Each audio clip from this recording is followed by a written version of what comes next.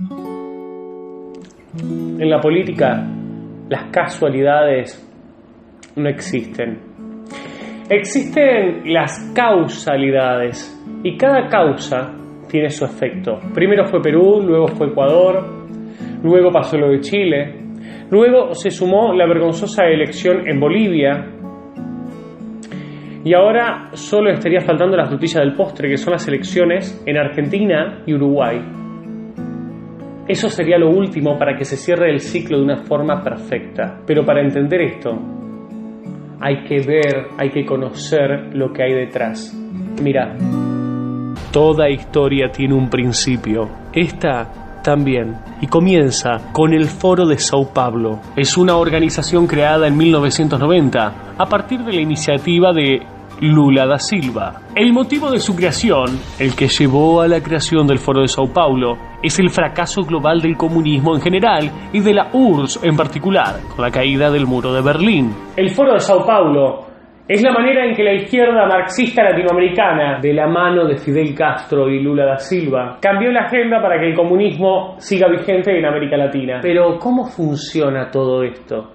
Mira. Astutamente, el sangriento dictador cubano Fidel Castro anticipa en un discurso público a fines de los años 80 la caída del Imperio Soviético. Recordemos que fue la URSS quien financiaba el comunismo en América Latina y quien financiaba directamente a Cuba, un país completamente destruido por los Castro. Porque si mañana o cualquier día nos despertáramos con la noticia de que se ha creado una gran contienda civil en la URSS, o incluso que nos despertáramos con la noticia de que la URSS se desintegró, cosa que esperamos que no ocurra jamás, aún en esas circunstancias, Cuba y la revolución cubana seguirían luchando y seguirían resistiendo.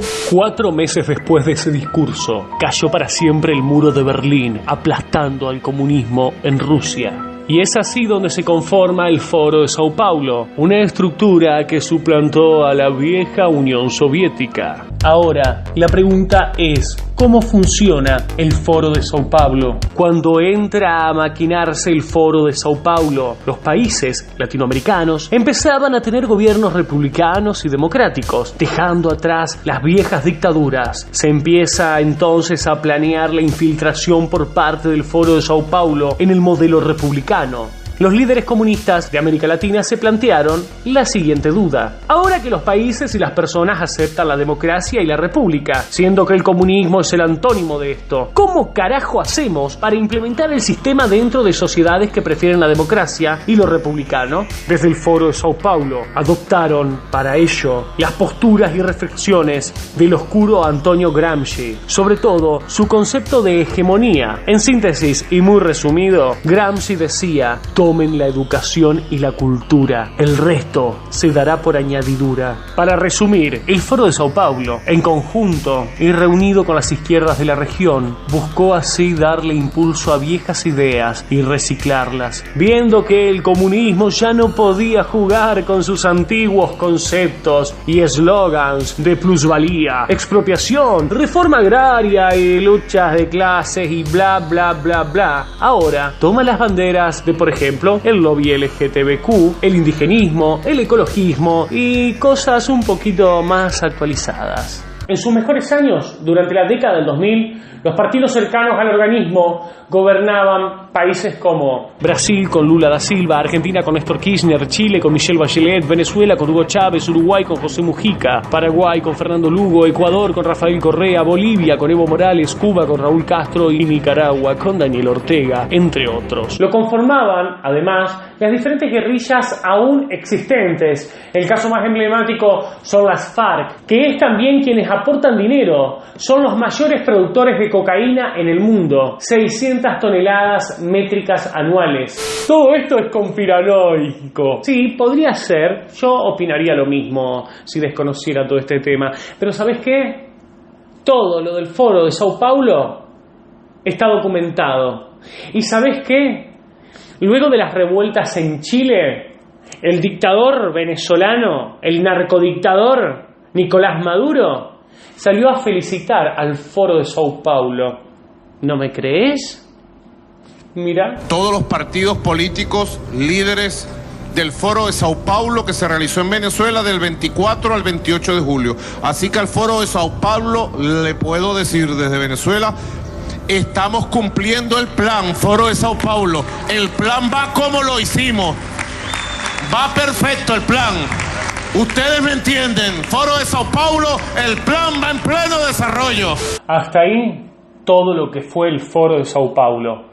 Para que entiendas un poco de qué se trata, cómo empieza esta historia. Ahora hablemos de los conflictos en algunos países hermanos. Por ejemplo, Perú. El presidente peruano Vizcarra anunció el último lunes de septiembre la disolución del Congreso. Y ahí comenzó el conflicto en ese país hermano.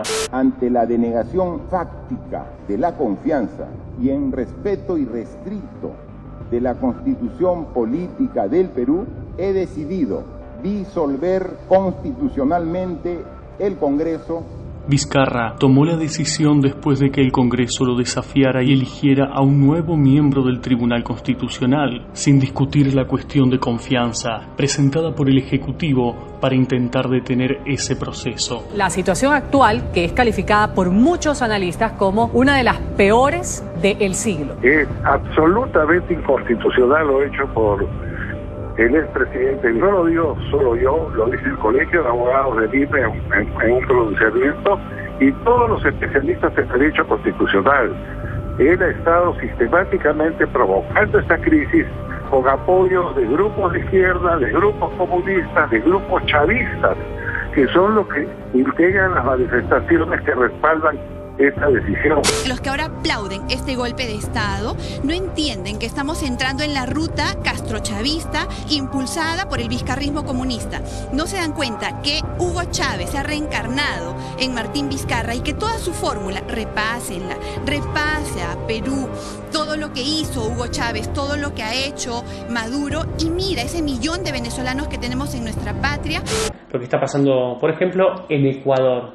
¿Qué carajo está pasando en Ecuador? El presidente de Ecuador, Lenín Moreno, insiste en que Maduro tuvo injerencia en los hechos de violencia que afectaron al país durante más de 10 días y que obligaron al gobierno a derogar el decreto ejecutivo 833, que eliminaba el subsidio a los combustibles. Mencionó también al expresidente Rafael Correa como el mentalizador de un intento de desestabilización. Pero no solo fue el presidente. Muchos periodistas, como Andrés López, señalan a Correa como el principal responsable de los recientes hechos de violencia en Ecuador. El periodista considera que la crisis que está sufriendo su país es una clara conspiración del socialista Correa. En términos concretos, la gestión que han hecho los correístas va cumpliendo los pasos de una conspiración muy clara: infiltración, desinformación, vandalismo. Tiene señas muy claras del objetivo. Ejemplificó el ataque perpetrado por los manifestantes el sábado a la sede de la Contraloría General del Estado en Quito, donde provocaron destrozos en mobiliarios y documentos. No hay nadie más interesado que Correa en lo que sucedió. De hecho, se lo puede ver al expresidente en declaraciones hechas en los medios de adelantar las elecciones y que él estaría dispuesto a presentarse. Entendamos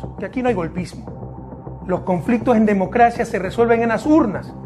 Y es precisamente lo que pedimos, en estricto apego a la Constitución, que permite adelantar elecciones en caso de grave conmoción social como la que estamos viviendo. En claro aire de oportunismo recalcitrante, el periodista hizo también hincapié en los vínculos de Correa con las dictaduras de Cuba y Venezuela y al apoyo que ha recibido el expresidente de parte de los guerrilleros de la FARC.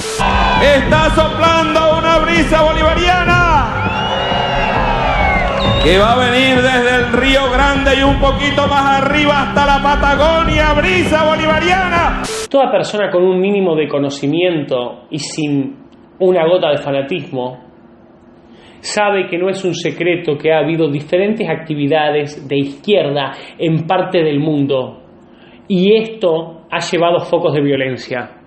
Casualmente, luego de la reunión del Foro de Sao Paulo en Venezuela a puertas cerradas, en Chile, por ejemplo, luego de las declaraciones de Piñera a favor del bloqueo naval a Venezuela, la pelea por el salario, por el boleto y muchas cosas, que son temas viejos, O sea, son temas sociales que en Chile están puesta en el tapete del debate hace rato y le saltan justo a Piñera ahora, cuando el tipo alzó la voz contra el régimen venezolano.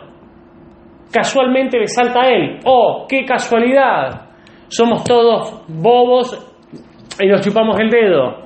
Vamos. El contexto de las revueltas se está dando en virtud de lo que muchos denominan la polémica brisa bolivariana. Las izquierdas de la región aprovechan a subirse a los vientos de la brisa, capitalizando y justificando así los episodios de violencia, justificados y alentados desde los gordos de Venezuela. Para nadie es un secreto que ha habido diferentes actividades de izquierda en parte del mundo y focos de violencia. Casualmente, luego de la reunión del Foro de Sao Paulo, en Venezuela, a puertas cerradas, en Chile, puntualmente, luego de las declaraciones de Piñera a favor del bloqueo naval a Venezuela, la pelea por el salario, por el boleto y muchas cosas más, que son temas viejos y no es cosa exclusivamente de Piñera. Pero qué raro que a él le explotó todo en la cara. Por otro lado, hay periodistas chilenos que ya han confirmado la infiltración de agentes y civiles venezolanos que están llevando adelante los disturbios en Chile. Afirmaron que la policía publicará los documentos en los próximos días. Todos los partidos políticos líderes del Foro de Sao Paulo que se realizó en Venezuela del 24 al 28 de julio. Así que al Foro de Sao Paulo le puedo decir desde Venezuela: estamos cumpliendo el plan, Foro de Sao Paulo. El plan va como lo hicimos.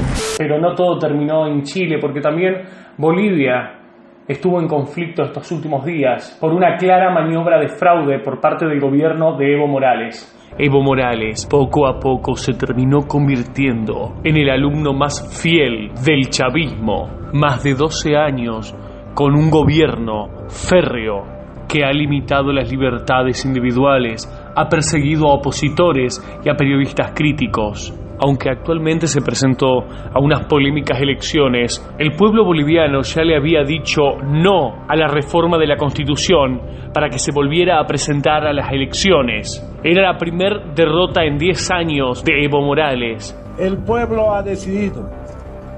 Reconozca el resultado y dedíquese a trabajar los próximos 4 años. En ese referéndum del 2016, el no fue masivo. Más del 50% de la población le dijo que no lo quería más en el poder, pero él no los escuchó y se volvió a presentar. Las últimas elecciones estuvieron cargadas de fraude y de corrupción.